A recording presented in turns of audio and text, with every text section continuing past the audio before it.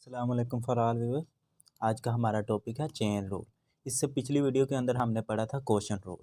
अगर आप थॉमस की बुक को फॉलो कर रहे हैं एक्सरसाइज 3.5 और फैने पर एक्सरसाइज 2.5, तो क्वेश्चन है हमारे पास y is equal to 6u negative 9 u is equal to 1/2x4।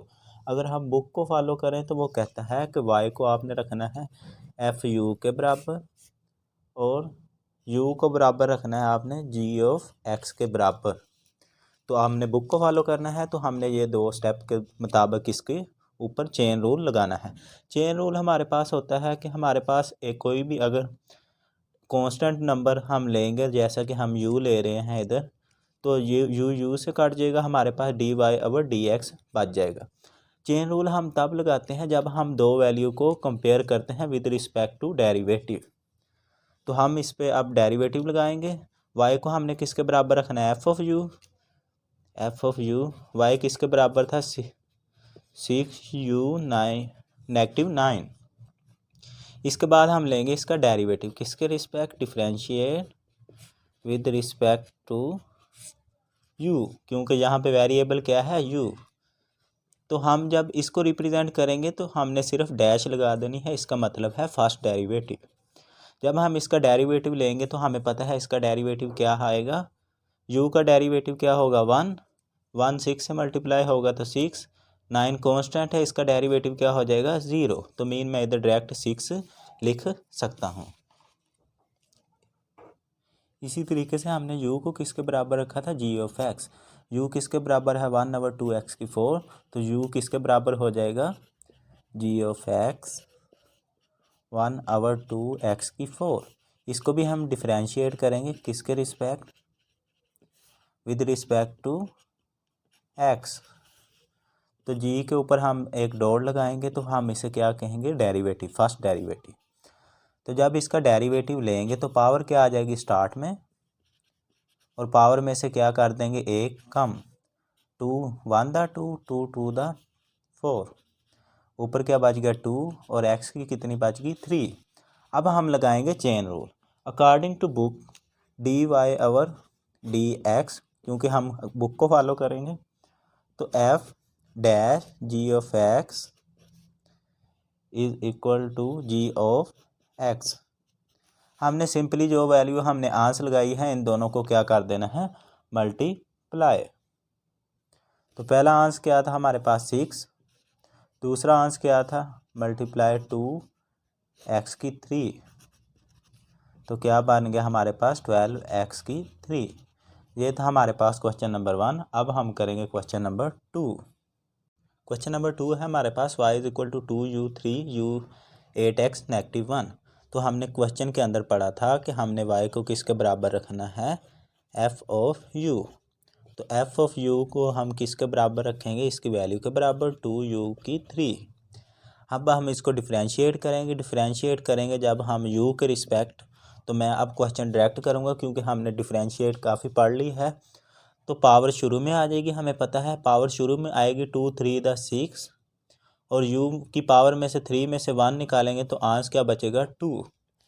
इसी तरीके से जब हमने पढ़ा था बुक के अंदर कि u को बराबर रखना है हमने g ऑफ x के, जब g ऑफ x किसके बराबर आ जाएगा 8x नेगेटिव 1।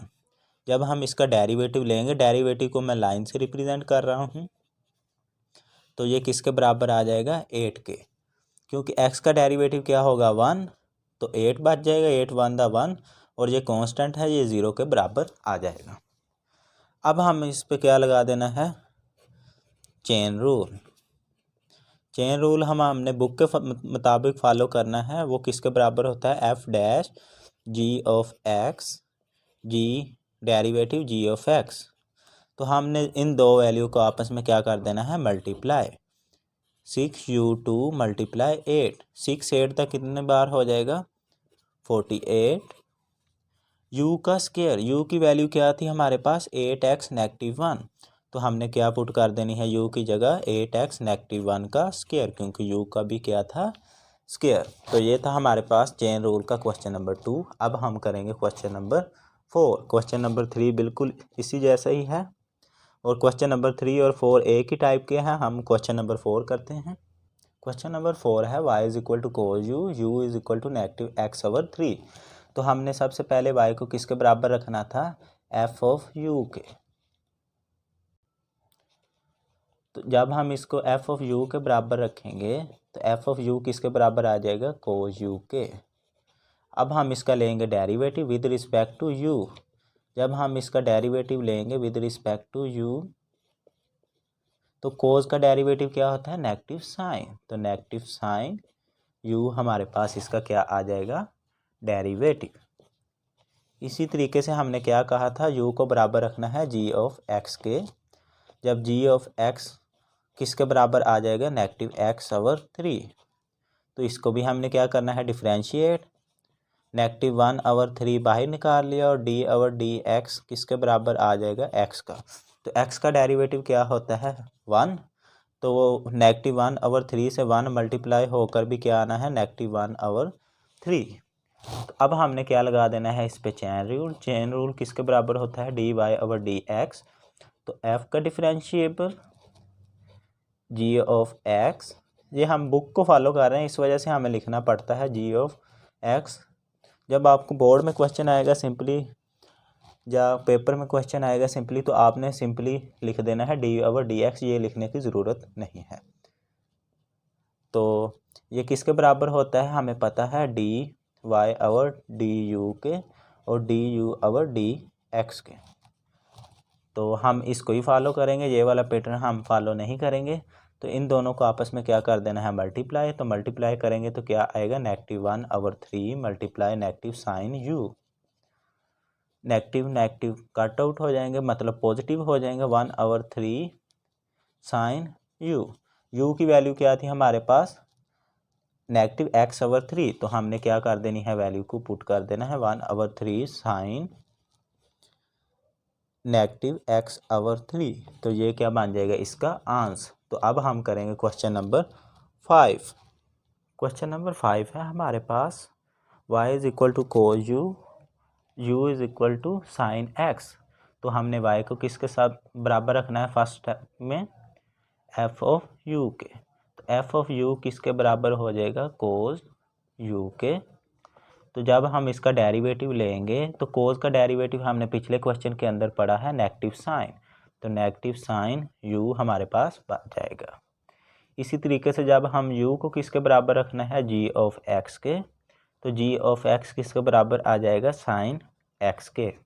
जब हम इसका डेरिवेटिव लेंगे तो साइन का डेरिवेटिव क्या होता है, कोस और साथ x। जब x का डेरिवेटिव लेंगे तो 1 मल्टीप्लाई होगा तो कोस x ही बचना है हमारे पास। तो अकॉर्डिंग टू बुक किसके बराबर होता है, डी ओवर डी एक्स,